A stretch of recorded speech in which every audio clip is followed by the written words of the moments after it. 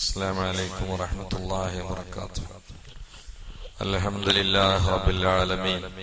الصلاة والسلام على أشرف المخلوقين وعلى آله وصحبه أجمعين. മരണപ്പെട്ട റിയാസ് എന്ന സഹോദരന് വേണ്ടി ദുആ ചെയ്യാൻ 2500 രൂപ ദർസിലേക്ക്, കുടുംബത്തിൽ നിന്ന് മരണപ്പെട്ടു പോയവരുടെ പരലോകണത്തിന് വേണ്ടി ജീവിച്ചിരിക്കുന്നവരുടെ ആഖിബത്ത് നന്നാവാനും വേണ്ടി ദുആ ചെയ്യാൻ പള്ളിയിലേക്ക് 2000 രൂപ. അള്ളാഹു കബൂലാക്കട്ടെ. അവരുടെയും നമ്മളുടെയും കുടുംബത്തിൽ നിന്നും ബന്ധത്തിൽ നിന്നൊക്കെ മരിച്ചുപോയ മുഴുവൻ ആളുകൾക്കും അള്ളാഹു മഗ്ഫിറത്തും റഹ്മത്തും പ്രദാനം ചെയ്യട്ടെ. അവരുടെയും നമ്മുടെയും ആഖിബത്ത് അള്ളാഹു സുബ്ഹാനഹു വ തആല നന്നാക്കി തരട്ടെ. പ്രത്യേകം ദുആ ചെയ്യാൻ വേണ്ടി ദർസിലേക്ക് 2000 രൂപ. വിവാഹം കഴിച്ച് 15 വർഷത്തോളമായി സന്താനങ്ങളില്ലാത്ത സഹോദരി സാലിഹായ സന്താന സൗഭാഗ്യത്തിന് വേണ്ടി ദുആ ചെയ്യാൻ ഒരു ചാക്ക് അരി ദർസിലേക്ക് അള്ളാഹു കബൂലാക്കി അവർക്ക് സാലിഹ സന്താനങ്ങളെ കൊടുക്കട്ടെ. 5 മാസം പ്രായമുള്ള കുഞ്ഞിന്റെ അസുഖങ്ങൾ പൂർണ്ണമായി ശിഫയാവാൻ 500 രൂപ ദർസിലേക്ക് അള്ളാഹു ശിഫയെ കൊടുക്കട്ടെ. പ്രത്യേകം ദുആ ചെയ്യാൻ ബാംഗ്ലൂർ സ്വദേശിനി 300 രൂപ. മരിച്ചുപോയ മാതാപിതാക്കളുടെ പരലോകണത്തിന് വേണ്ടി ദുആ ചെയ്യാൻ 1000 രൂപ പള്ളിയിലേക്ക്. അപൂർവ അസുഖമുള്ള മകന്റെ രോഗശമനത്തിന് വേണ്ടി 500 രൂപ ദർസിലേക്ക്. ഹലാലായ മുറാദുകൾ ഹാസിലാവാൻ 500 രൂപ ദർസിലേക്ക്. ഹലാലായ മുറാദുകൾ ഹാസിലാവാൻ ദർസ് സലാത്തിലേക്ക്. ഭക്ഷണം അമ്പലത്തെ വീട്ടിൽ സക്കീർ ഹുസൈൻ എന്ന സഹോദരന്റെ പരലോകണത്തിന് വേണ്ടി ദുആ ചെയ്യുക. അല്ലാഹു സുബ്ഹാനഹു വ തആല അദ്ദേഹത്തിന്റെ ഖബർ മഗ്ഫിറത്തുകൊണ്ട് മർഹമത്തുകൊണ്ട് അനുഗ്രഹിക്കട്ടെ. ഖബർ വിശാലായി കൊടുക്കട്ടെ. വല്ല അദാബുകളും അല്ലാഹു അദ്ദേഹത്തിന്റെ ഖബറിൽ പരീക്ഷണാർത്ഥം നൽകിയിട്ടുണ്ടെങ്കിൽ അതൊക്കെ അല്ലാഹു തആല ഒഴിവാക്കി കൊടുക്കട്ടെ. ബിൻ നബിയിൽ മുസ്തഫ മുഹമ്മദിൻ സല്ലല്ലാഹു അലൈഹി വസല്ലം. ദീർഘമായി ഞാൻ സംസാരിക്കുകയില്ല. മഹാനരായ ഖുതുബുൽ അഖ്താബ് ശൈഖ് ഗൗസുൽ ആലം മുഹീദ്ദീൻ അബ്ദുൽ ഖാദിർ ജീലാനി ഖദ്ദസല്ലാഹു തആല സറഹുൽ അസീസ് അവരുടെ വിയോഗം സംഭവിച്ചത് ഈ വിശുദ്ധമായിട്ടുള്ള മാസത്തിലാണ്. അവരെ കുറിച്ച് ചില കാര്യങ്ങളൊക്കെ നമ്മൾ ഓർത്തിട്ടുണ്ട്. അതുപോലെ മഹാനായ അൽ ആരിഫ് വലിയുല്ലാഹ് ശംസുൽ ഉലമയുടെയും വിയോഗം പ്രാപിച്ചത് ഈ മാസത്തിലാണ്. കണ്ണിയത്ത് ഉസ്താദും വഫാത്തായത് ഈ മാസത്തിലാണ്. അല്ലാഹു റബ്ബുൽ ഇസ്സത്ത് അവർക്ക് മഗ്ഫിറത്ത് പ്രദാനം ചെയ്യട്ടെ. അല്ലാഹു അവരുടെ പരലോക ദറജ ഉയർത്തി കൊടുക്കട്ടെ. അല്ലാഹു സുബ്ഹാനഹു വ തആല അവരെ ബറക്കത്തുകൊണ്ട് നമ്മളൊക്കെ മുഖ്ലിസീങ്ങളുടെ കൂട്ടത്തിൽ ഉൾപ്പെടുത്തട്ടെ. ബിൻ നബിയിൽ മുസ്തഫ മുഹമ്മദിൻ സല്ലല്ലാഹു അലൈഹി വസല്ലം. ഈ ലോകത്ത് അല്ലാഹുവിന്റെ തൃപ്തി കരസ്ഥമാക്കാൻ അല്ലാഹു സുബ്ഹാനഹു വ തആല പ്രത്യേകമായ ചില മാർഗങ്ങളും സ്വഭാവങ്ങളും സംവിധാനങ്ങളും ഒക്കെ നമ്മുടെ മുമ്പിൽ അള്ളാഹു തുറന്നു വെച്ചിട്ടുണ്ട്.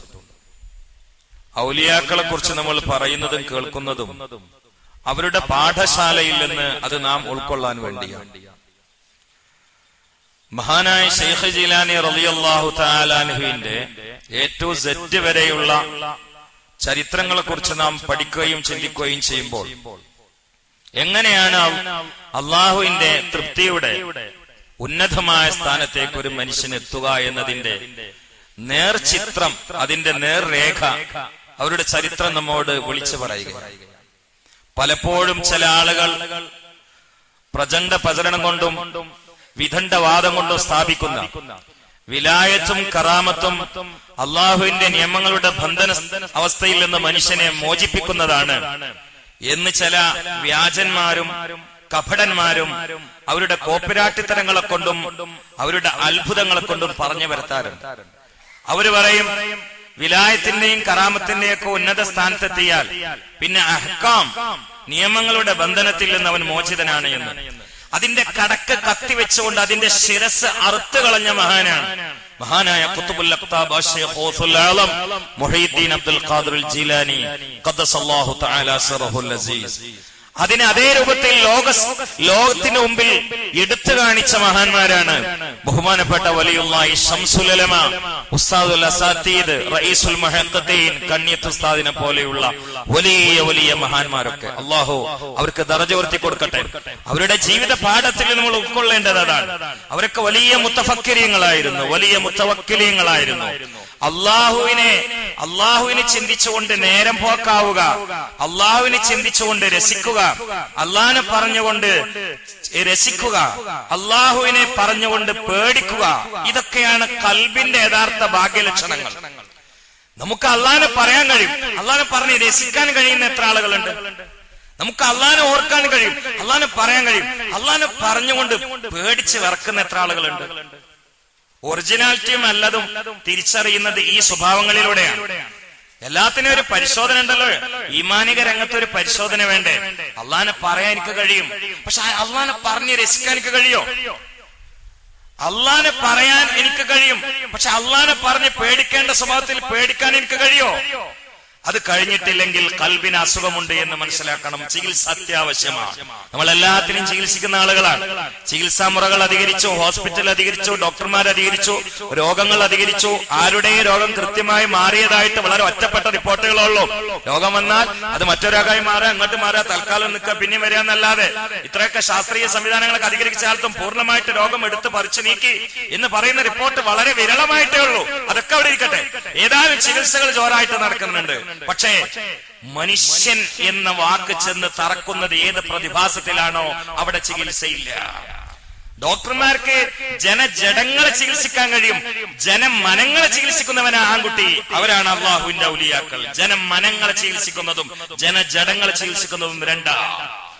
ജനജടങ്ങളെ ചികിത്സിക്കുന്നവർ ഡോക്ടർമാരാണെങ്കിൽ ജനമനങ്ങളിൽ കുത്തിവെപ്പ് നടത്തുന്നവർ, അവിടെ ബൈപ്പാസ് ഓപ്പറേഷൻ നടത്തുന്നവര്, അവിടെ തുള്ളിമരുന്ന് നൽകുന്നവര്, അവിടെ സർജറി നടത്തുന്നവര്, അവിടെ ടോണിക് എഴുതി തരുന്നവര്, അവിടെ ഗുളികകൾ തരുന്നവര്, അവിടെ ഇഞ്ചക്ഷൻ അടിക്കുന്നവര്, അത് ലോകത്ത് വേണം മോനെ. ആ കൂട്ടത്തിൽ നിപുണനായ ഡോക്ടറായിരുന്നു, വിശുദ്ധരനായിരുന്നു ഖുത്ബുൽ അഖ്താബ് ഗൗസുൽ ആദം മുഹീദ്ദീൻ. ഇങ്ങനെയുള്ള ആളുകൾക്ക് എന്ത് പറ്റും? ജനജടങ്ങളെയും ചികിത്സിക്കാൻ കഴിയും. ജനമനങ്ങളെ ചികിത്സിക്കാൻ സമർത്ഥനായ ഒരു ഡോക്ടർക്ക് ജനജടത്തെ ചികിത്സിക്കാൻ കഴിയും. പക്ഷെ ജനജടത്തെ ചികിത്സിക്കാൻ കഴിയുന്ന ഡോക്ടർക്ക് ജനമനസ്സിനെ ചികിത്സിക്കാൻ കഴിയൂല. ഇത് ഒന്നുണ്ടെങ്കിൽ രണ്ടിനും പറ്റും, ഉറപ്പാണ്. ജനമനസ്സിൽ ഇടം സ്ഥാപിച്ച ഖൽബിനെ ഉപകരണമാക്കുന്ന മഹാന്മാർ. ജഡത്തിന് ഉപകരണമാക്കിയിട്ട് കാര്യമില്ല. ഷെയ്ഖ് ജിലാന്റെ ഉപകരണം ഖൽബുൽ ഇൻസാനാണ്, ഇൻസാന്റെ ഖൽബാണ്. ഇൻസാന്റെ ഖൽബിനെ ഉപകരണമാക്കുന്ന മഹാന്മാർക്ക് ഇൻസാന്റെ ജഡം വളരെ ഈസിയാണ്. അതൊന്നുമല്ല. പക്ഷേ മനുഷ്യന്റെ ജഡത്തെ ഉപകരണമാക്കുന്ന മനുഷ്യനെ മനുഷ്യന്റെ മനസ്സിനെ ഉപകരണമാക്കാൻ കഴിയില്ല. ചിന്തിക്കണേ. അതാണ് മഹാന്മാരായ ഔലിയാക്കളും അല്ലാത്തവരും തമ്മിലുള്ള പ്രധാനപ്പെട്ട വ്യത്യാസങ്ങളിൽ ഒന്ന് എന്ന് എന്നെ കേൾക്കുന്ന ശ്രോതാക്കളായ ചെറുപ്പക്കാരെ മനസ്സിലാക്കണേ. അതിന്റെ എല്ലാം പ്രധാനപ്പെട്ട അസലും ചരടും മുരടുമല്ലോ പ്രാപഞ്ചിക സൃഷ്ടിപ്പിന്റെ കാരണക്കാരനായ അള്ളാന്റെ മുത്തേ മുഹമ്മദ് മുസ്തഫ സല്ലല്ലാഹു അലൈഹി വസല്ലം. അവിടുന്ന് ജനമനസ്സിനെ ചികിത്സിക്കുന്നു, ജനജടത്തെ വേണ്ടി വരുമ്പോൾ ചികിത്സിക്കുന്നു. അവിടുന്ന് അലോപ്പതി ഡോക്ടറല്ല, യുനാനി ഡോക്ടറല്ല, ആയുർവേദിക് മെഷീനുള്ള ആളല്ല, അരിഷ്ടം ഉണ്ടാക്കുന്ന ആളല്ല, ഒലക്ക വലിപ്പമുള്ള ഗുളിക എഴുതി കൊടുക്കുന്ന ആളല്ല. പക്ഷേ സ്വഹാബാക്കൾക്കൊരു വിശ്വാസമുണ്ട്. അവരുടെ കൈ നശിച്ചാൽ, കാലിന് തകരാറ് വന്നാൽ, കണ്ണിന് അന്ധത ബാധിച്ചാൽ രക്ഷപ്പെടുത്താൻ കഴിയുന്ന ആളാണ് നബിയുനാ മുഹമ്മദ് മുസ്തഫ സല്ലല്ലാഹു അലൈഹി വസല്ലം. നീ ക്ലിപ്പിടും, മുഹമ്മദ് നബിക്ക് ജനങ്ങളെ രക്ഷപ്പെടുത്താൻ കഴിയുന്ന ആളാണ് എന്ന് റഹ്മാനി പ്രസംഗിച്ചിട്ട് അപ്പുറത്തൊരു ആയത്തും വെച്ചു കൊടുക്കും. അതുകൊണ്ട് ചിലപ്പം ചെയ്യും. മുഹമ്മദ് നബി ജനങ്ങളെ രക്ഷപ്പെടുത്തുന്ന ആളാണ് എന്ന് വിവരമില്ലാത്ത റഹ്മാനി പ്രസംഗിച്ചിരിക്കുന്നു. എന്നിട്ട് രക്ഷപ്പെടുത്തുന്നവൻ അല്ലാഹ് അല്ലാതെ ആര് എന്നൊരു ആയത്തും വെച്ചു കൊടുക്കും. അപ്പൊ കേൾക്കുന്നവർക്ക് തോന്നും ശരി തന്നെയല്ല, മുപ്പര് വാസനല്ലോ. അത് പള്ളിയർസിൽ ഓതി പഠിക്കാത്തോണ്ടാണ്. കാരണം ഒരു മുവഹിദായ മനുഷ്യൻ ഡോക്ടറെ എനിക്ക് ശിഫയാക്കി, അല്ലെങ്കിൽ ആ മുതലാളി എന്നെ സഹായിച്ചു എന്നൊരു മുവഹിദായ മനുഷ്യൻ പറഞ്ഞാൽ അതിനൊരു കുഴപ്പവുമില്ല എന്നാണ് ഇൽമ്. ഏതുപോലെ അമ്പത്തർ റബിയുൽ ബഖല, വസന്തകാലം പുല്ലുകളെ മുളപ്പിച്ചു എന്ന് പറഞ്ഞാൽ കാഫറാവോ? വസന്തകാലം പുല്ലിനെ മുളപ്പിക്കോ? വസന്തകാലം പുല്ലിനെ മുളപ്പിക്കൂല. പുല്ലിനെ മുളപ്പിക്കുന്ന അള്ളയാണ്. അപ്പൊ ഒരാള് പറഞ്ഞു, ഒരു മുവഹീദ് തൗഹീദ് അംഗീകരിക്കുന്ന ഒരാള് പറഞ്ഞു, വസന്തകാലം പുല്ലിനെ മുളപ്പിച്ചു എന്ന് പറഞ്ഞാൽ ആ വാക്കുകൊണ്ട് കാഫിറാവോ? ഇല്ല, അത് പഠിക്കണം. അത് പഠിക്കാത്തവനാണ് ശൈഖ് ജിലാനി സഹായിക്കും എന്നൊക്കെ പറഞ്ഞാൽ അതുകൊണ്ട് കാഫിറാകുമെന്ന് പറയുന്ന ആളുകൾ ഇസ്ലാമിനെ കുറിച്ച് കൃത്യമായി പഠിച്ചിട്ടില്ല. അവര് പശു വൈക്കോൽ തിന്നത് പോലെ കേവലം അക്ഷരങ്ങൾ ചവച്ചുകൊണ്ട് ഛർദ്ദിക്കുകയാണ്. അവരെ ഷർറിൽ നിന്ന് അള്ളാഹു നമ്മളെ കാത്തുരക്ഷിക്കുകയാണ്. അള്ളാഹു നമ്മളെ കാത്തുരക്ഷിക്കട്ടെ.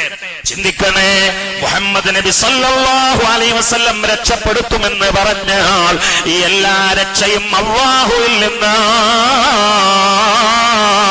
പക്ഷെ ജഡലോകത്ത് മനുഷ്യന് ഉപകാരം ചെയ്യാൻ, രക്ഷപ്പെടുത്താൻ പടച്ചവൻ ഡോക്ടർമാർ തീരുമാനിച്ചതുപോലെ മനുഷ്യന്റെ ആത്മാക്കളുടെ മേൽ നിയന്ത്രണ ശക്തിയുള്ള ജനമനസ്സുകളെ ചികിത്സിക്കുന്ന ഡോക്ടർമാർ ഇവിടെയുണ്ട്. ചെറുപ്പക്കാര്, ആ ഡോക്ടർമാരാണ് അല്ലാഹുവിന്റെ ഔലിയാക്കൾ. അതിൽ പ്രധാനപ്പെട്ട ഡോക്ടറായിരുന്നു ഖുതുബുൽ അഖ്താബ് അശ്ശൈഖ് ഗൗസുൽ ആലം മുഹീദ്ദീൻ അബ്ദുൽ ഖാദിർ ജീലാനി ഖദ്ദസല്ലാഹു തആല സിറഹുൽ അസീസ്. കുപ്പിയിലകത്തുള്ള വസ്തുവിനെ പോലെ കാണും ഞാൻ എങ്ങനെ കൽബാകാമെന്നോവർ ആരാനും ചോദിച്ചാൽ അവനോട് ചൊല്ലുമേ, അനുവാദം വന്നാൽ പറയും ഞാനെന്നോവർ വല്ല നീലത്തീനും എന്നെ വിളിപ്പോർക്ക് വായിക്കൂടാ ഉത്തരം നൽകും ഞാനെന്നോവർ. ഞാൻ ശൈഖ് ജിലാന്റെ ആ ആണ്ടുള്ള മാസം കഴിയുന്നതിന് മുമ്പായിട്ട് അവരുടെ ചരിത്രത്തിന്റെ പ്രധാനപ്പെട്ട ഒരു ഭാഗം ബർക്കത്തിന് വേണ്ടി പറഞ്ഞുകൊണ്ട് അവസാനിപ്പിക്കാമെന്ന് കരുതിയതാണ്. ഒരു മനുഷ്യന്റെ ഏറ്റവും വലിയ പ്രത്യേകത ഫിക്റാണ്. ഫിക്ർ അതില്ലാത്തവൻ മുരടിച്ച മരം പോലെയാണ്. അത് അടുപ്പിലേക്ക് വെക്കാനല്ലാതെ കഴിയില്ല. എന്ന് പോലെ ഈ ശരീരം അള്ളാഹു നരകമാവുന്ന അടുപ്പിലേക്ക് വെക്കും. അള്ളാഹു കാത്തുരക്ഷിക്കട്ടെ. ഫിക്റാണ്. ജഡം കൊണ്ട് അള്ളാഹു തീരുമാനിച്ച കൽപ്പിച്ച ഇബാദത്തുകൾക്ക് പരിധിയുണ്ട്. ജഡം കൊണ്ട് അള്ളാഹു കൽപ്പിച്ച ഇബാദത്തുകൾക്ക് പരിധിയുണ്ട്. പക്ഷേ കൽബുകൊണ്ട് കൽപ്പിച്ച ഇബാദത്ത് സദാസമയം നടക്കാമല്ലോ. ഇപ്പോ ബ്ലീഡിംഗ് സമയത്ത് ഒരു പെണ്ണിന് മെൻസസ് സമയത്ത് നിസ്കരിക്കണ്ട. അപ്പൊ ജഡം കൊണ്ട് അള്ളാഹു നിയമിച്ച റുക്കൂ സുജൂദ് അത് ആ സമയത്ത് നടക്കൂല. പക്ഷെ കൽബുകൊണ്ടുള്ള ഇബാദത്ത് അപ്പോഴും നടക്കണം. അത് ഫിക്റാണ്. അത് ഫിക്റാണ്. ഫിക്ർ കൊണ്ടാണ് സ്വർഗത്തിലേക്കുള്ള സ്റ്റെപ്പ് ഉണ്ടാക്കാൻ കഴിയുക. സ്വർഗത്തിലേക്ക് 5 സ്റ്റെപ്പ് അള്ളാഹുമായി ബന്ധപ്പെട്ടുകൊണ്ട് സ്വർഗത്തിലേക്ക് 5 സ്റ്റെപ്പ് നിർബന്ധമാണ്. മഹാന്മാർ പഠിപ്പിക്കുകയാണ്. എന്താണ് 5 സ്റ്റെപ്പ്? ഒന്ന് മാരിഫത്ത്, 2 മഹബത്ത്, 3 റജാ, 4 ഖൗഫ്, 5 ഹയാ. ഈ 5 സ്റ്റെപ്പിലൂടെ അല്ലാതെ സ്വർഗത്തിലെത്താൻ കഴിയില്ല. ഇത് 5 എങ്ങനെ ഉണ്ടാവുക? വളരെ പെട്ടെന്ന് ഞാൻ പറയാം. മാരിഫത്ത് ഉണ്ടാവും ആയത്ത് ചിന്തിച്ചാൽ. ആയത്ത് അത് ഖുർആനിലെ ആയത്താവാം, ഈ ലോകം തന്നെയും ആയത്താണ്. ഖുർആനിലെ ആയത്ത് മാത്രമല്ല ആയത്ത്, ഇത് മൊത്തം ആയത്താണ്. ഇന്ന ഫീ ഖൽഖിസ് സമാവാതി വൽ അർളി വഖ്തിലാഫിൽ ലൈലി വൻ നഹാർ ലആയാതിൻ ലിഉലിൽ അൽബാബ്. ആകാശം ആയത്താണെന്ന് അല്ലാഹു പറയുന്നു, ഭൂമി ആയത്താണെന്ന് പറയുന്നു, രാവും പകലും ആയത്താണെന്ന് പറയുന്നു. ഈ ആയത്തിലൂടെ പടച്ചവന്റെ മാരിഫത്തിലേക്ക് നമ്മൾ എത്തുകയാ. ഇനി മഹബത്തോ, ആ മഹബത്ത് ഉണ്ടാവാൻ നിയമത്താണ് ചിന്തിക്കേണ്ടത്. അള്ളാഹു നമുക്ക് നൽകിയിട്ടുള്ള നിയമത്ത് ചിന്തിക്കുക. സുബ്ഹാനല്ലാഹ്. മനുഷ്യ, ഞാനെന്നും ഈ ലോകത്ത് ഒരു 60 കൊല്ലം അല്ലെങ്കിൽ 70 കൊല്ലമാണ് ഉമ്മത്ത് മുഹമ്മദിന്റെ പ്രായമെങ്കിൽ ഈ 60-70 കൊല്ലമുള്ള നമുക്ക് വേണ്ടി പടച്ചവൻ സൂര്യനെ സൃഷ്ടിച്ചത് 100 കൊല്ലങ്ങൾക്ക് മുമ്പല്ല, 1000 കൊല്ലങ്ങൾക്ക് മുമ്പല്ല. ശാസ്ത്രീയ ഭാഷയിൽ പറഞ്ഞാൽ 20 ബില്യൺ കൊല്ലങ്ങൾക്ക് മുമ്പാണ്. ഒരു 70 കൊല്ലം ജീവിക്കണ നമുക്ക് വേണ്ടി സൂര്യനെ അള്ളാഹു സൃഷ്ടിച്ചത് ലക്ഷങ്ങൾക്കായ കൊല്ലങ്ങൾക്ക് മുമ്പ്. 1 ലക്ഷമല്ല, ഒരുപാട് ലക്ഷങ്ങൾ കൊല്ലങ്ങൾക്ക് മുമ്പ്. ഈ 60 കൊല്ലത്തിന് നമുക്ക് വേണ്ടിയിട്ടുള്ള സാധാരണ ഒരാള് സ്റ്റേജിക്ക് വരുമ്പോ അയാളെ ബഹുമാനിച്ചിട്ട് ബൾബ് എത്തിക്കൽ ആള് വരുന്നതിന് നേരെ മുമ്പല്ലേ പോയാണ്ട് കടത്തും ചെയ്യും. അങ്ങനെയല്ല ഉണ്ടായാലും ഒരു പുതിയാപ്പിള പന്തലിക്ക് വരുമ്പോ പുതിയാപ്പിള ഇറങ്ങിയാ വണ്ടി ഇറങ്ങിയാ എന്നാ പിന്നെ ആ മുണ്ടിട്ട് കൊടുക്ക്. പന്തലിക്ക് കയറുന്നതിന്റെ 2 മിനിറ്റ് മുമ്പല്ലേ മുണ്ടിട്ട് കൊടുക്കുക. ഒരാള് കല്യാണം തീരുമാനിച്ചാൽ തന്നെ കസേരയും മുണ്ടൊക്കെ ഇട്ട് കൊടുക്കുമോ? ഇല്ലല്ലോ. പുതിയാപ്പിളക്ക് കയറുന്നതിന് മുമ്പ് മുണ്ടിട്ട് കൊടുക്കുക. അല്ല അങ്ങനെയല്ല. പിന്നീട് കാലങ്ങളേറെ കഴിഞ്ഞിട്ട് വരുന്ന നമുക്ക് വേണ്ടി നേരത്തെ ബൾബ് എത്തിച്ചു. എത്രയോ മുമ്പ് ഉത്ഭവിച്ചു. സുബ്ഹാനല്ലാഹ്. ഭൂമിയെ പേടിച്ചെടുത്തോളം 13 ലക്ഷം വലുപ്പമാണ് സൂര്യനുള്ളത്.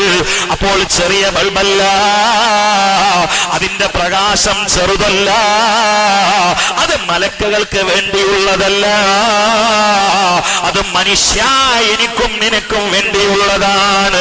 ഈ ഭൂമി ഉരുണ്ടതാണ്. പക്ഷേ ഉരുണ്ടതായിട്ട് എന്നാണോ ഭൂമിയെ നമുക്ക് തോന്നുന്നത്? അന്ന് തലകറങ്ങി വീഴുന്നതാ. ഈ ഉരുണ്ട ഭൂമി അള്ളാഹു നമുക്ക് പരന്നതായി തോന്നിപ്പിക്കുകയാണ്. അനുഭവതലത്തിൽ പരന്നതായി നമുക്ക് തോന്നുകയാണ്. ഇതുപോലെ ഒരു വലിയ ഫുട്ബോളിന്റെ മേലെ ഒരു ചെറിയ ഉറുമ്പങ്ങ് കയറിയാൽ ആ ഫുട്ബോൾ ഉരുണ്ടതാണെങ്കിലോ ഉറുമ്പിനത് പരവതാനി പോലെ പരന്നതാ എന്നതുപോലെ ഉരുണ്ട ഭൂമി അള്ളാഹു നമുക്ക് പരത്തി തന്നു എന്ന് പറഞ്ഞാൽ പറന്നതുപോലെ ബോധ്യപ്പെടുത്തുകയാ. അത് എന്നാ ചെറുപ്പക്കാരായി എനിക്കും നിനക്കും ഉരുണ്ടതായി തോന്നുന്നതെങ്കിൽ പിന്നെ ഭൂമിയിൽ ജീവിതത്തിന്റെ സുരക്ഷിതത്വമില്ല. അന്ന് തല കറങ്ങി നമ്മൾ വീഴുന്നതാണ്. പക്ഷെ ഈ ഉരുണ്ട ഭൂമി അള്ളാഹു പരന്നതുപോലെ നമുക്ക് തോന്നിപ്പിക്കാൻ നമ്മുടെ അനുഭവത്തിൽ അത് ആക്കി തരിക. ചിന്തിക്കണ അനുഗ്രഹമല്ലേ? ഓ പ്രിയപ്പെട്ടവരെ, സൂര്യൻ ഇന്നുള്ള അകലത്തിൽ നിന്ന് ഒരൽപ്പം മേലോട്ടങ്ങോട്ട് ഉയർന്നാൽ തണുപ്പ് കൊണ്ട് നമ്മളൊക്കെ തണുപ്പ് കൊണ്ട് മരിച്ചു പോകുന്നതാണ്. എന്നാൽ അതിൽ നിന്നൊരൽപ്പം താഴോട്ട് താഴ്ന്നാൽ നമ്മൾ ചൂട് കൊണ്ടൊരുകി പോകുന്നതാണ്. ഒരു പ്രത്യേകമായ കിലോമീറ്റർ അകലത്തിലായി സൂര്യനെ അടുപ്പിച്ചുകൊണ്ട് ബാലൻസ് നിയന്ത്രിക്കുന്നത് ഏത് ശാസ്ത്രജ്ഞനാണ്? അത് സാക്ഷാൽ ഖാലിഖായ റബ്ബല്ലേ. പൊന്നുമോനെ, നിനക്ക് ഭക്ഷണം കഴിക്കാൻ നിനക്ക് ഉണ്ടാക്കാൻ കഴിയുമെന്ന് സങ്കല്പിച്ചാൽ ഒരു പക്ഷേ ശാസ്ത്രം വെല്ലുവിളിക്കുകയാണ് ദൈവത്തെ എന്ന് കൂട്ടുക. ഇനി മഴ പെയ്യിപ്പിക്കാൻ ദൈവത്തിന്റെ ആവശ്യമില്ല. ഹെലികോപ്റ്ററിൽ ഒരു ഭസ്മവുമായി അന്തരീക്ഷത്തിലേക്ക് കയറിയിട്ട് അന്തരീക്ഷത്തിൽ ആ ഭസ്മം അങ്ങ് വിതറിയാൽ ശാസ്ത്രലോകം കൃത്രിമമായ മഴ സംഘടിപ്പിച്ച കാലമാണ്, മഴ പെയ്യിപ്പിച്ച കാലമാണ്. പക്ഷെ പറയട്ടെ, മനോരമ റിപ്പോർട്ട് ചെയ്തില്ലേ, അങ്ങനെ ഭസ്മം വിതറിയിട്ട് മഴ പെയ്യിപ്പിച്ചപ്പോൾ ആ വെള്ളം കുടിച്ചവർക്ക് ക്യാൻസർ രോഗമുണ്ടായിട്ടുണ്ട്. സുബ്ഹാനല്ലാഹ്. അപ്പൊ മനുഷ്യൻ കൃത്രിമമായി അത് തന്നെ അള്ളാഹു കൊടുക്കുന്ന തന്ത്രം കൊണ്ട് മെനഞ്ഞുണ്ടാക്കിയ മഴ ഉപയോഗശൂന്യമാണെങ്കിൽ പൊന്നുമോനെ, മഴ പെയ്യിപ്പിക്കുന്നത് ആരാണ്?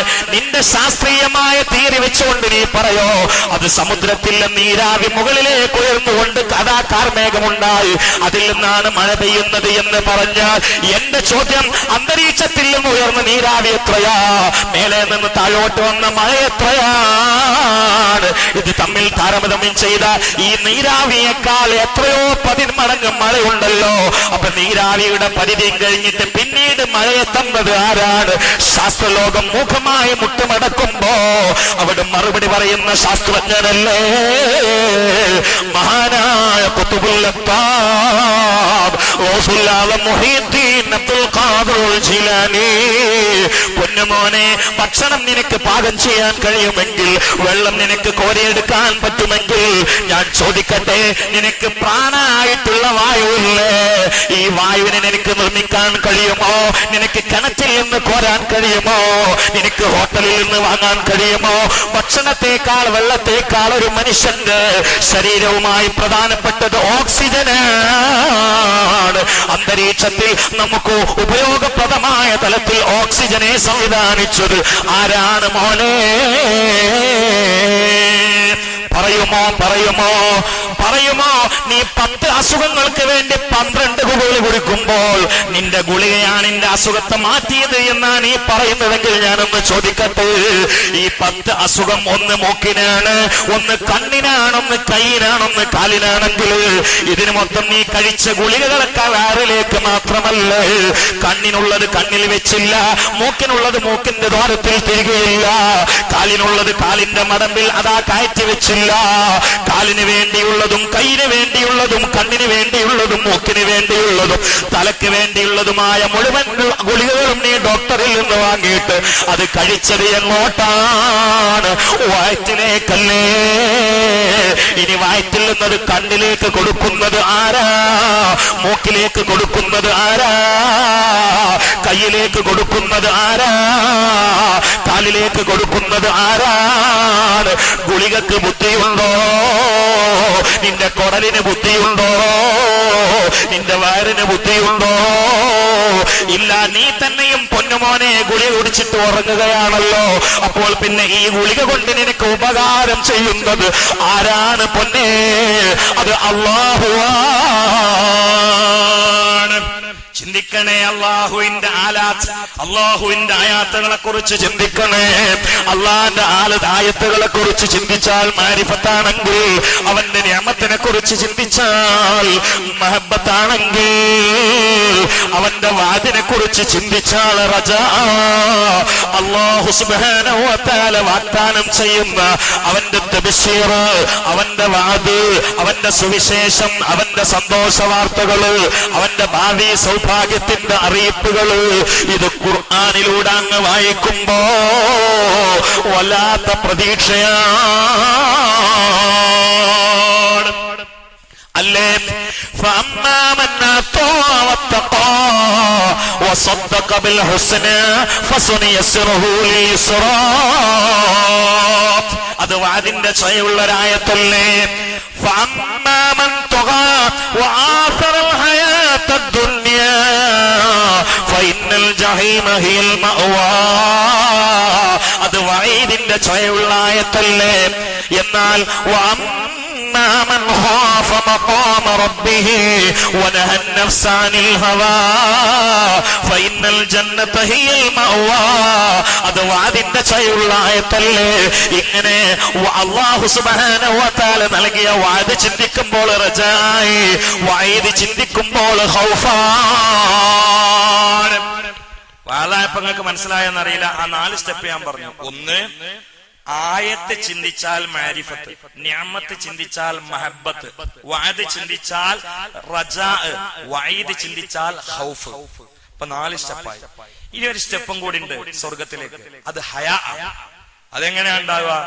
അള്ളാഹു നമുക്ക് ചെയ്യുന്ന നിയമങ്ങൾ, അള്ളാഹു നമുക്ക് നൽകിയിട്ടുള്ള അനുഗ്രഹങ്ങൾ, ഇതൊക്കെ അങ്ങനെ ചിന്തിച്ചിട്ട് ആ സ്ഥാനത്ത് നമ്മൾ അള്ളാഹ്ക്ക് വേണ്ടി ചെയ്തത് ഒന്നുമല്ല എന്ന് ബോധ്യപ്പെടുമ്പോ നാണായി.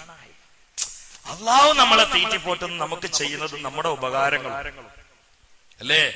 ഗർഭാശയം മുതൽ തുടങ്ങണം, അതിന്റെ അപ്പുറത്തും തുടങ്ങണം. എന്നിട്ട് ഇന്ന് വരെയുള്ളൊക്കെ ഒന്ന് ചിന്തിക്കാം. എന്നിട്ട് നമ്മൾ തിരിച്ച് അള്ളാഹ്ക്ക് കൊടുത്തത്. ഇടക്കൊന്ന് പള്ളിയിൽ വരുമ്പോ അങ്ങാടിയിൽ തന്നെ പോയിട്ട് പിത്തന പറയുന്നല്ലാതെ അള്ളാഹു കാത്തുരക്ഷിക്കട്ടെ. ഇതിങ്ങനെ മനുഷ്യന് ബോധ്യപ്പെടുമ്പോ ഹയാ ഇങ്ങനെ വരും. ആ ഹയാ ആണ് വേറെ സ്റ്റെപ്പ്. ആ 5 സ്റ്റെപ്പ് ഉണ്ടായാൽ പിന്നെ നേരെ സ്വർഗത്തിലേക്കാണ്. അള്ളാഹു നമുക്ക് തൗഫീഖ് ചെയ്യട്ടെ. ഈ 5 സ്റ്റെപ്പുകൾ ജീവിതത്തിൽ പടുത്തുയർത്തിയ മനുഷ്യന് ആഖിബത്ത് നന്നായിട്ട് മരിക്കാൻ കഴിയും എന്ന് മഹാനായ ശൈഖ് ജീലാനി പറഞ്ഞ പ്രധാനപ്പെട്ട ഒരു സന്ദേശം അവരുടെ ആണ്ടുള്ള ഈ മാസത്തിൽ എന്നോട് നിങ്ങളോട് ഞാൻ നൽകുകയാണ്. അത് അവരെ ശരിക്കും സ്ഥാപിച്ചു. അവർ സത്യസന്ധതയുടെ മേൽ സ്ഥാപിച്ചു. ഈ ദുനിയാവ് ഒന്നുമല്ല എന്ന് അവർ മനസ്സിലാക്കി മറ്റുള്ളവർക്ക് മനസ്സിലാക്കി കൊടുത്തു. സ്വയം മനസ്സിലാക്കി കൊടുത്തു. ദുനിയാവ് ഒന്നുമല്ല. 2 കരച്ചിൽ അവിടെ ആകെ നടക്കുന്നത്. ഒന്ന് വരുമ്പോഴുള്ള കരച്ചില്, മറ്റൊന്ന് പോകുമ്പോഴുള്ള കരച്ചില്. 2 കരച്ചില് നടത്താനപ്പം കണ്ടു വന്നത്. 2 കരച്ചിലും എത്ര കൂടുതൽ സമയം വേണം? ഒരു പ്രഭാഷണത്തിനിടയിൽ ജനങ്ങളെ കരയിപ്പിക്കാൻ വേണ്ടി പ്രഭാഷകനെ കരഞ്ഞാൽ പിന്നെ വൈകാതെ ആര് കാര്യം? ജനങ്ങൾ കാര്യം. അപ്പൊ നമ്മൾ ദുനിയാവിലേക്ക് കൊണ്ടുവരുമ്പോ ഒന്ന് കരഞ്ഞു വന്നു. ഇതെന്തിനാണ്? മറ്റുള്ളവരെ കരയിപ്പിക്കാൻ. അപ്പൊ മറ്റുള്ളവരെ കരയിപ്പിക്കാൻ വേണ്ടി നമ്മൾ കരയുന്ന ഇവിടെ നടന്നു കഴിഞ്ഞു. ഇനി വേറെയുള്ളവര് കരയാ വേണ്ടത്. അത് നമ്മൾ പോകുമ്പോഴേ കാര്യമുള്ളൂ. കെട്ടിട്ട് പോകുമ്പോഴേ ഭാര്യയും കുട്ടികളും ഉമ്മയൊക്കെ കരഞ്ഞോളൂ. ഇവരെങ്ങനെ കരയിപ്പിക്കാനേ വരുമ്പോ നമ്മള് കരഞ്ഞേ. അപ്പൊ ഒരു പ്രഭാഷകന് മറ്റുള്ളവരെ കരയിപ്പിക്കാൻ വേണ്ടി കരഞ്ഞാൽ ഇനി ഇവര് പരയിൽ പോയിട്ട് കുറെ കഴിഞ്ഞിട്ട് കരഞ്ഞാൽ പോരാ, അപ്പൊ തന്നെ കരയണം. അപ്പൊ മരണം വളരെ അടുത്താണുള്ളത്. അത് ദുനിയാവിലേക്ക് വരുമ്പോ തന്നെ ആ കരച്ചിലുകൊണ്ട് മനസ്സിലായി. ഈ 2 കരച്ചിലാണ് ഇവിടെ നടക്കുന്നത്. ഈ 2 കരച്ചിലിനിടയിൽ ആകെ ഒരു 3 സമയം നമുക്കുള്ളത്. ഇന്നലെ, ഇന്ന്, നാളെ. ഇന്നലെ കഴിഞ്ഞില്ലേ? ഇന്നലത്തെ കഴിഞ്ഞില്ലേ? ഇനി ഇന്നത്തെ ഒന്നും പറയാൻ പറ്റില്ല, നാളത്തെ ഒന്നും പറയാൻ പറ്റില്ല.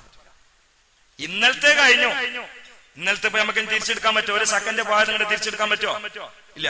ഇന്നത്തെ ഉച്ച വരെ അൽഹംദുലില്ലാഹ് കിട്ടി, വൈകുന്നേരം വരെ ഒരു ഉറപ്പില്ല. നാളത്തെ ഒന്നും പറയാൻ പറ്റില്ല. ദുനിയാവിന്റെ നിസ്സാരതകളൊക്കെ. ഇതിനു വേണ്ടിയിട്ടാണ് ഈ കെട്ടുമാറാപ്പും പോക്കും വരവും ഒച്ചപ്പാടും ബഹളവും തീരുമാനം ഇരിക്കും. നമ്മളെ ഫിക്റൊക്കെ ഇപ്പൊ ദുനിയാവിന് വേണ്ടിയിട്ടാണ്. അള്ളാഹ്ക്ക് വേണ്ടി ആരാ ഫിക്ർ ചെയ്യുന്നത്? അള്ളാഹിനെ ആരാ ഓർക്കുന്നത്? മക്കളെ കുറിച്ചൊക്കെ ചിന്തിക്കുമ്പോ ഓൽക്കപ്പ എങ്ങനെ 10 റുപ്യ ഉണ്ടാക്കാൻ പറ്റുക? ഒക്കെ ഇപ്പൊ എങ്ങനെ SLC പരീക്ഷ നടത്താൻ തുടങ്ങി. ഉസ്താദ് 1 മാസം ലീവ് വരുമോ ദർസിന്? ഞാൻ തിരിച്ചൊന്നാണ് ചോദിക്കട്ടെ, നിങ്ങൾ പള്ളിക്ക് വേണ്ടി സ്കൂളിൽ ലീവ് എടുക്കുവോ? അല്ല അതൊന്നും ഇങ്ങോട്ട് ഒന്ന് താരതമ്യം ചെയ്യണം നമ്മൾ. ആയിക്കോട്ടെ, 1 മാസം 2 മാസം SLC കുട്ടികളെ ലീവ് എടുത്ത് കൊണ്ടേക്കോളൂ. എന്റെ ചോദ്യം ഞാൻ ഇവിടുന്ന് പറയാണ്, എല്ലാവർക്കും ഖുർആൻ പഠിപ്പിക്കണമെന്നുണ്ട്, അതുകൊണ്ട് സ്കൂളിൽ എല്ലാവരും 2 മാസം ലീവ് എടുക്കണമെന്ന് പ്രഖ്യാപിച്ചാൽ നിങ്ങൾ അടുത്ത വെള്ളിയാഴ്ച ഒക്കെ വാപ്പാരൊക്കെ ഇങ്ങോട്ട് വരില്ല, വേറെ പള്ളിയൊക്കെ നിങ്ങൾ മൂപ്പർക്ക് സുഖമില്ല. കാരണം മൂപ്പര് കുട്ടികളെ പഠനം മുടക്കുക. കുട്ടികളെ ഈ പഠനം മുടക്കുക എന്ന് പറയുമ്പോ തന്നെ അത് സ്കൂളായിട്ട് ബന്ധപ്പെട്ടില്ല, ഇൽമയായിട്ടൊരു ബന്ധമില്ല. എന്താ അങ്ങനെ ആയിപ്പോയത്?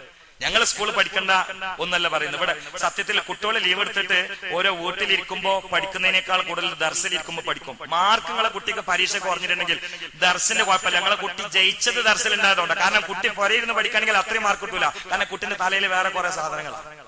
പിന്നെ ഇവിടുന്ന് നിർബന്ധമായിട്ട് പഠിക്കുമ്പോ ഏതെങ്കിലും കുട്ടികള് ഉസ്താദെ ദർസിലായതുകൊണ്ട് മാർക്ക് കിട്ടില്ലാന്ന് പറയല്ല പൊട്ട.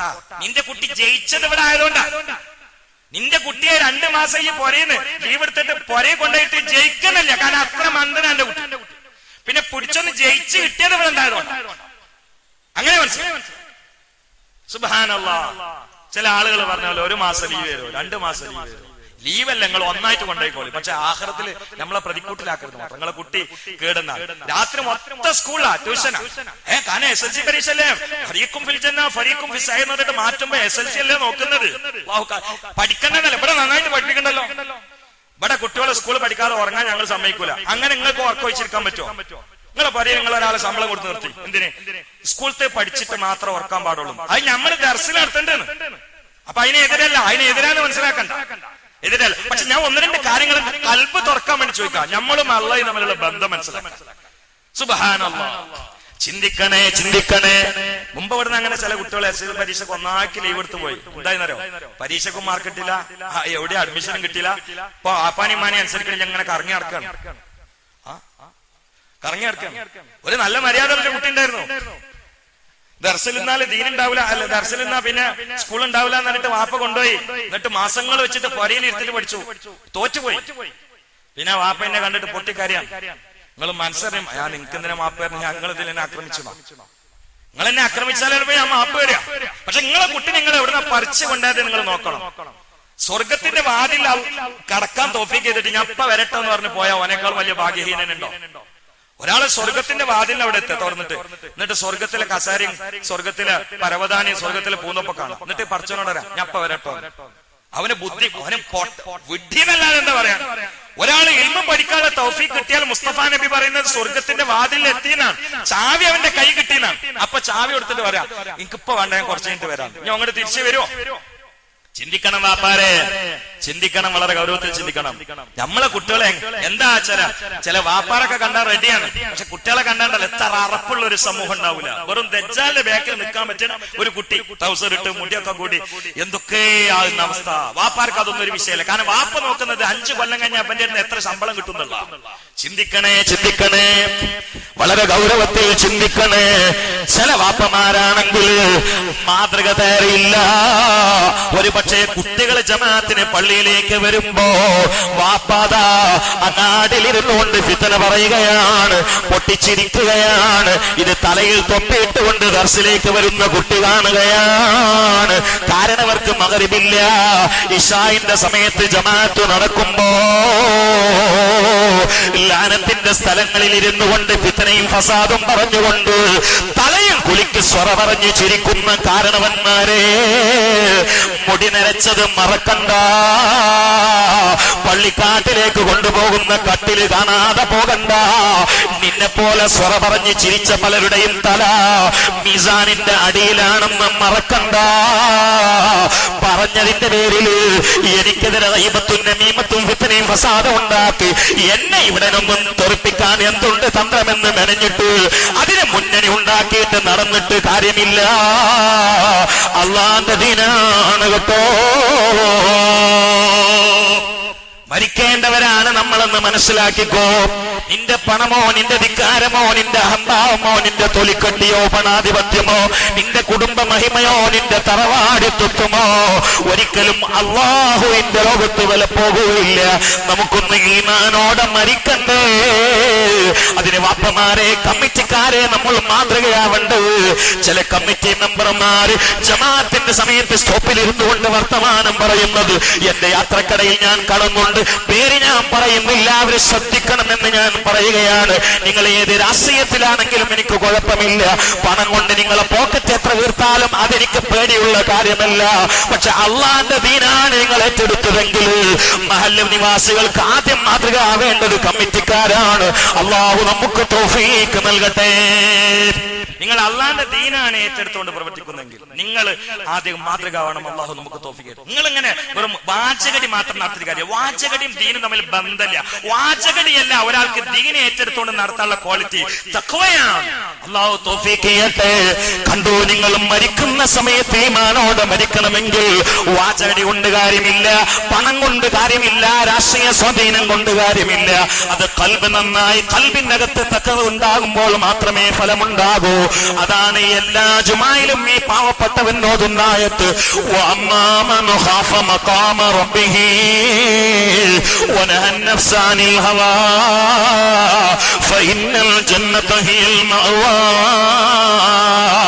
ആരെങ്കിലും പടച്ച തമ്പുരാന് ശക്തമായി പേടിച്ചുകൊണ്ട് അള്ളാഹുവിന് അഭാവത്തിനായി വഴിപ്പെട്ട് ഭയപ്പെട്ട് ജീവിതമങ്ങ് സംശുദ്ധമായി ക്രമപ്പെടുത്തിയാൽ ഫൈനൽ ജന്നത ഹിയൽ മഅവാ, അവന് സ്വർഗലോകം അടക്ക സ്ഥലമാണ് മോനെ. അവിടെയല്ലേ ചെത്തിപ്പൊളിക്കേണ്ടത്, അവിടെയല്ലേ കൊട്ടാരമുള്ളത്, അവിടെയല്ലേ തേനരുവിയുള്ളത്, അവിടെയല്ലേ പാലരുവിയുള്ളത്, അവിടെയല്ലേ അതാ തേനരുവിയും പാലരുവിയും വീഞ്ഞരുവിയും ഉള്ളത് അവിടെയല്ലേ. അവിടെയല്ലേ കലർപ്പില്ലാത്ത വെള്ളം കിട്ടുന്നത്.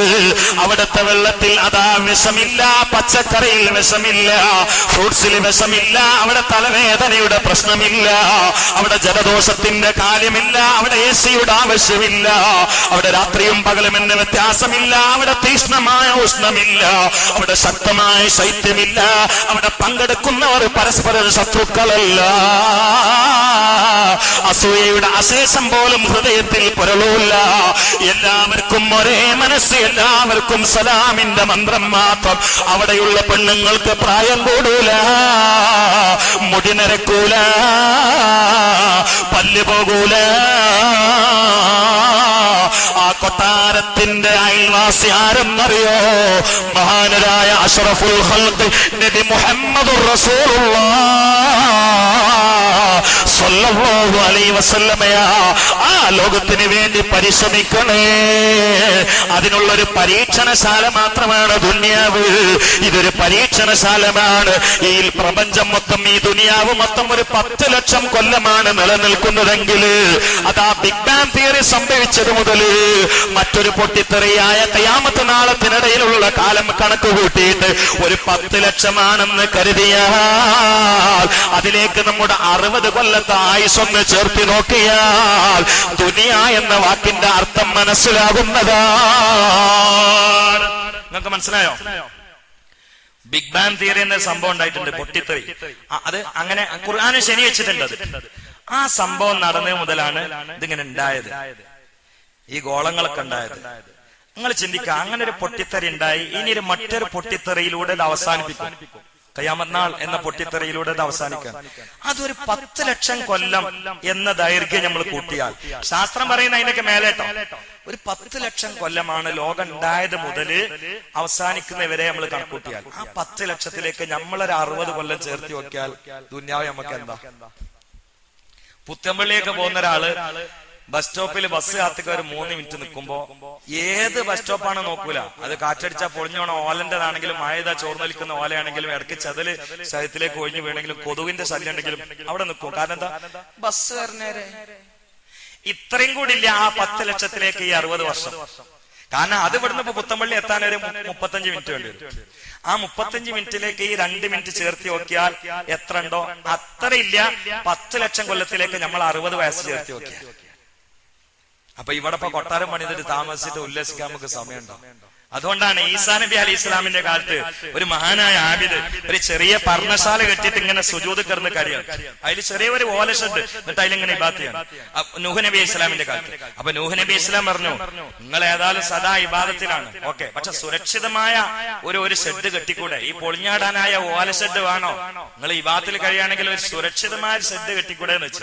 അപ്പൊ നൂഹ് നബി ഇസ്ലാമിന്റെ കാലത്ത് ഇയാൾ ചോദിക്കാണ്, നൂഹ് നബിയെ ആകെ ഒരു 1000 കൊല്ലണ്ട് ഇവിടെ, എങ്ങനെ ആകെ കൂടി അന്ന് അവിടെ 1000 കൊല്ലം ജീവിക്കും, അതിനിപ്പോ വലിയ പുര ഉണ്ടാക്കണം എന്നപ്പോ നിങ്ങൾ പറയുന്നത്? അന്ന് 1000 കൊല്ലൊക്കെ ജീവിച്ചിരുന്നു, അതുകൊണ്ടാണ് മുപ്പരാവ് പറഞ്ഞത്. ഇന്ന് നമ്മൾ പറയണത് ആകെ ജീവിച്ചാൽ 70 കൊല്ലം ജീവിക്കും, അതിനാണൊപ്പം ഇത് എന്ന് ചോദിച്ചാൽ ഈസാ നബിന്റെ കാലത്ത് ആ മറുപടി പറഞ്ഞ ആബിദെങ്ങാനും നമ്മളെ പെരന്റെ മോൾക്ക് നോക്കിയാൽ ബോധം കിട്ടും. ചിലർക്ക് പെരണ്ടാക്കിയിട്ട് പൂതിയില്ല, പിന്നെ ഉണ്ടാക്കി, പിന്നെയും ജീവിതം മൊത്തം പുരണ്ടാക്കാൻ തുലക്കണ കുറച്ച് ആൾക്കാരുണ്ട്. മരിച്ചാണ്ട് പോയാലോ ഈ വലിയ ഭാര്യയിലെ കുട്ടികൾ സിനിമ കണ്ടിട്ട് ഇങ്ങനെ ഡാൻസ് കളിച്ചിരിക്കും, ഓലാണെങ്കിൽ പുഴുക്കളും കയറിയിട്ട് കബറിലും. നമ്മളെ ചെലവിൽ അപ്പോഴും പുരയിൽ ഹറാമ്. അള്ളാഹു കാത്തിരിട്ടില്ല. ഒരു റൂമിന്റെ പൈസ നിങ്ങൾ പാവപ്പെട്ടവർക്ക് കൊടുത്തു നോക്കി, അതിന്റെ ഗുണങ്ങൾക്ക് 2 ലോകത്തുള്ളൂ. ഒറ്റ റൂമിന്റെ പൈസ നിങ്ങൾ ഈ ആർഭാടത്തിന്റെ ഒരു ചെറിയ ശതമാനം, കല്യാണം നടത്തുമ്പോ കോടികൾ ചെലവഴിക്കുമ്പോ ഒരു ചെറിയ ശതമാനം പാവപ്പെട്ട ഒരു കുട്ടിക്ക് 5 പവന്റെ മാലൊക്കെ കൊടുത്തു നോക്കി, നിങ്ങളെ മരുവനും നിങ്ങളെ മോനും നല്ല സന്തോഷത്തിൽ മരുവോളും മോനും ജീവിക്കും. ഇതെന്താണെന്നറിയോ? കോടികൾ വെതറിയിട്ട് കല്യാണമാണ്, ലക്ഷക്കണക്കിനുള്ള പന്തലാണ്, സുബ്ഹാനല്ലാഹ്. എന്നിട്ട് അതിന് ഇറങ്ങുന്ന കുട്ടികൾക്ക് സമാധാനത്തിൽ ജീവിക്കാൻ കഴിയില്ല, മാറാത്ത തലവേദന, പരസ്പരം പക, ബെഡ്റൂമിൽ കയറിയ പാമ്പും കീരിയും കണ്ട മാതിരി.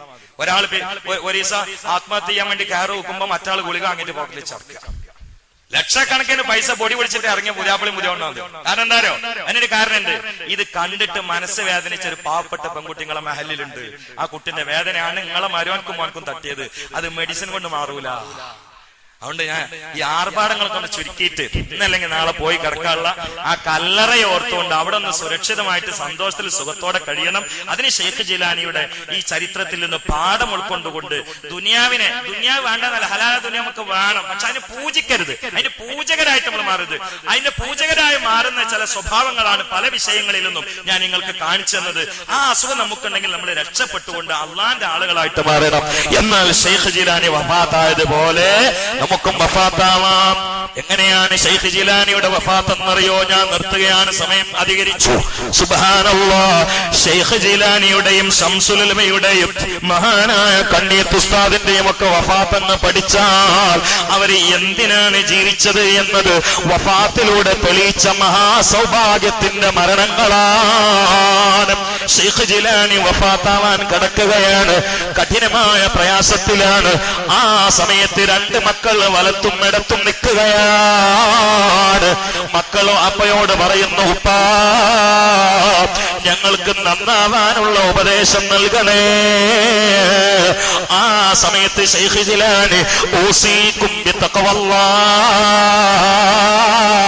മക്കളെ ഏറെ പറയാൻ എനിക്ക് സമയമില്ല, ശത്രുതാവുകയാണ്, ഹയാത്ത് പരലോകത്തേക്ക് വിക്ഷേപിക്കപ്പെടുകയാണ്, എന്റെ റേഞ്ച് മാറുകയാണ്, അതുകൊണ്ട് അല്ലാഹു തഖ്വ ചെയ്തോ എന്ന് മക്കളെ അങ്ങ് ഉപദേശിച്ചുകൊണ്ട് സക്കറാത്തിന്റെ വേദനയിൽ ഒരിത്തിരി പ്രയാസം കാരണത്താൽ മുഖമങ്ങ് മാറിയപ്പോ മക്കള് ചോദിക്കുന്നു, വാപ്പാ എന്തേ വേദനയുണ്ടോ?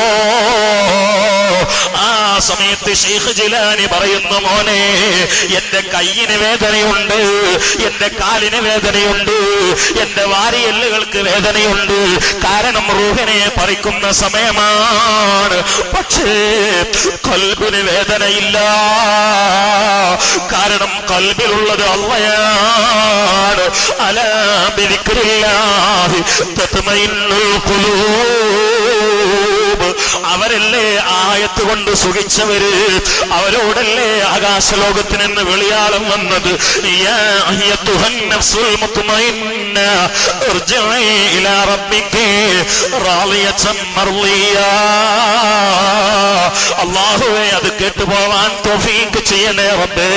മക്കളെ എന്റെ മുഖം മാറുന്നത് നിങ്ങൾ പരിഗണിക്കണ്ട, എന്റെ കൈ വിറക്കുന്നത് നിങ്ങൾ നോക്കണ്ട. മാംസത്തിന് വേദനയുണ്ട്, മജ്ജക്ക് വേദനയുണ്ട്, എല്ലുകൾ പൊടിയുന്നത് പോലെ. പക്ഷേ കൽബിന് വേദനയില്ല.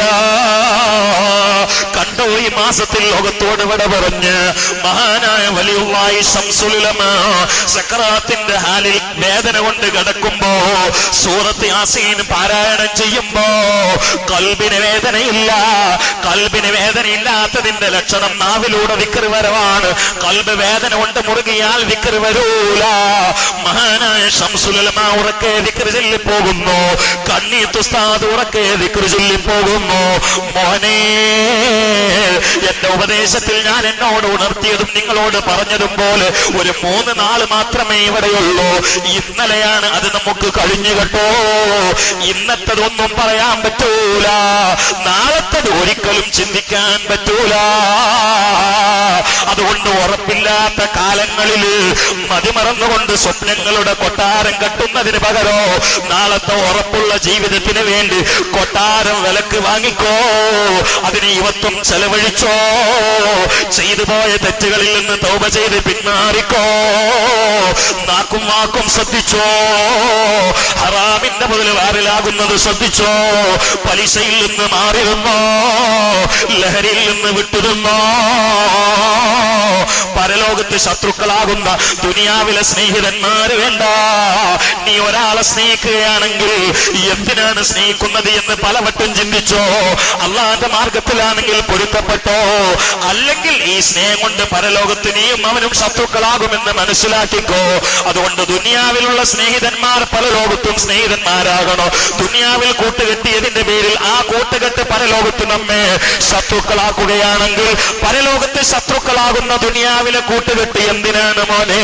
അതുകൊണ്ട് പാലത്തുമേൽ ഇരുന്നു കൊണ്ട് ഫിത്ന പറയലോ, ജമാഅത്തിന്റെ സമയത്ത് പെണ്ണുങ്ങളെ നോക്കി രസിക്കാൻ വേണ്ടി സെറ്റ് കെട്ടി സ്വറ പറയലോ ഒക്കെ നിർത്തിയിട്ട് ഈമാനികമായ സൗഭാഗ്യത്തിലേക്ക്, സംസ്കാരത്തിലേക്ക്, വിശുദ്ധിയിലേക്ക് കടന്നുകൊണ്ട് രക്ഷപ്പെടാൻ അള്ളാഹു നമുക്ക് അവസരം നൽകട്ടെ. അള്ളാഹു പറഞ്ഞതും കേട്ടതും കബൂലാക്കട്ടെ. അള്ളാഹു നമ്മുടെ ദോഷങ്ങളൊക്കെ പൊറുക്കട്ടെ. ഇവിടെ നൽകിയിട്ടുള്ള സ്വതക്കളൊക്കെ സ്വീകരിക്കട്ടെ. അവരുടെ മുറാദുകൾ ഹാസിലാക്കണേ റബ്ബേ. മരിച്ചുപോയവർക്ക് മഗ്ഫിറത്തും റഹ്മത്തും നൽകണേ റബ്ബേ. വിശേഷ ഈ നാട്ടിൽ പ്രത്യേകിച്ച് പള്ളിയുടെ ചുറ്റുഭാഗത്ത് കിടക്കുന്ന ബാവാജി അടക്കമുള്ള മുഅ്മിനീകൾ മുഅ്മിനാത്തുകൾ പുറത്തു കൊടുക്കണേ അല്ലാ. ഞങ്ങളുടെ ആഖിബത്ത് നന്നാക്കണേ റബ്ബേ. ربنا تقبل منا انك انت السميع العليم.